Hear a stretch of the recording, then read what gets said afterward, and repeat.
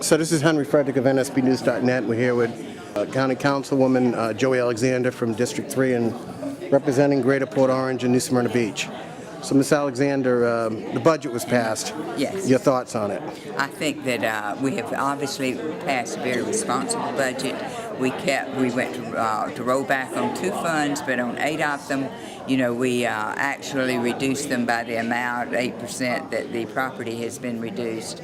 We've made a conscious effort in every one of our meetings for everybody to be able to participate, understand what the funds are, understand what kind of cuts we can make, and just be as lean as we possibly can. All right, moving on to the Ocean Center. There seemed to be a little bit of steam between you and Chairman Bruno, somewhat of a difference of opinion.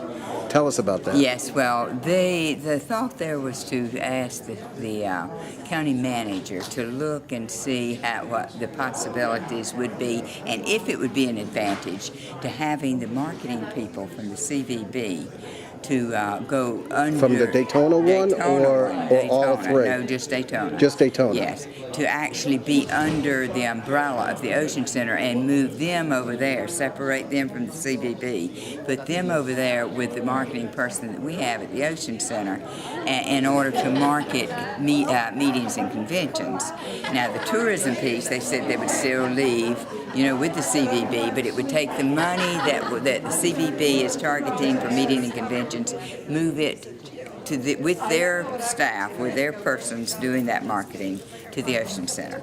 I really kind of object to that because I felt like, we can leave that in place until we get that study back, because we're doing that to see how are we spending money? Is it effective? What else do we need to do? And to look at it that way rather than... What kind of a time frame were we looking at before some of these hard decisions are made?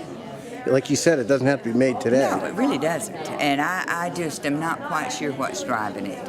I shouldn't say that, but I know that we all say that the Ocean Center is an economic driver. And in fact, the Ocean Center is to make money for everybody else and not the Ocean Center. Right. But I just felt that, we don't need to do that. If we had the answers, why have we hired a consultant? That was what I was saying. I think that point came across pretty strongly.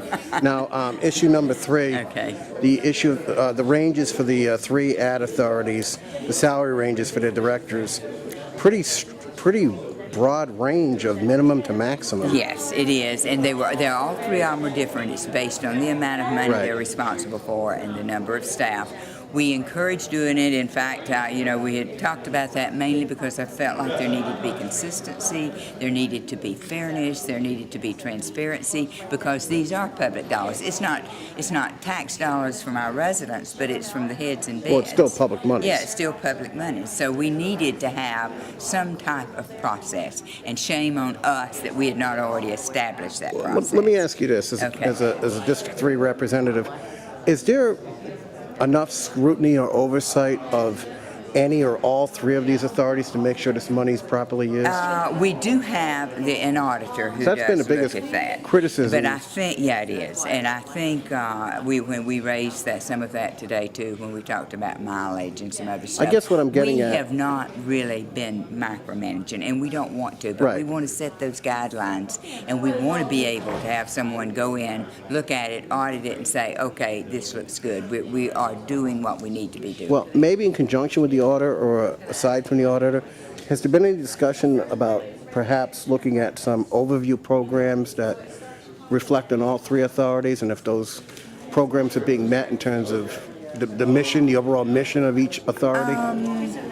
We've not looked at them totally overall, but I think the study that we're doing, I think some of that is going to come out, and I think we will be looking at things differently than what we have in the past. And you feel comfortable about the ranges that are because this range is very broad. It's but they're also, and I think we will need our HR person to be looking too when they hire or to recommend, because it's got to have an educational component, it's got to have experience, it's got to have all of these components, and you don't always start out at the high. A point system or some kind of criteria to I mean, I assume that was done in-house. Yeah, and the rest of it too was based pretty much on what our schedule Right. was for different employees, Right. along with what could be added. And so with that, I think when he goes to him, he will look to see what's also reasonable. Is this, with a new person coming in, do they have the criteria that we've set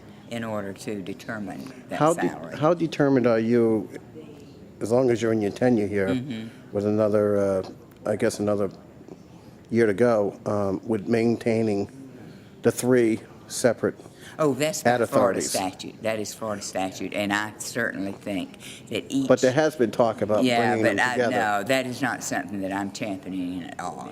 I think that all 3 of them have their own flavor in their community, and that they can work together, advertise together.